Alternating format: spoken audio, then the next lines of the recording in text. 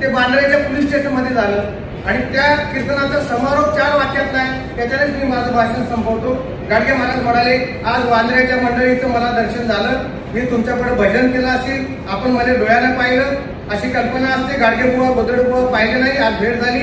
आता ही माझी शेवटची भेट आहे. माझं मरण माझ्या पुढे उभं आहे. आता इथून जावं लागेल. तुमचे पाय मला दिसले, माझ्यावर उपकार आहे.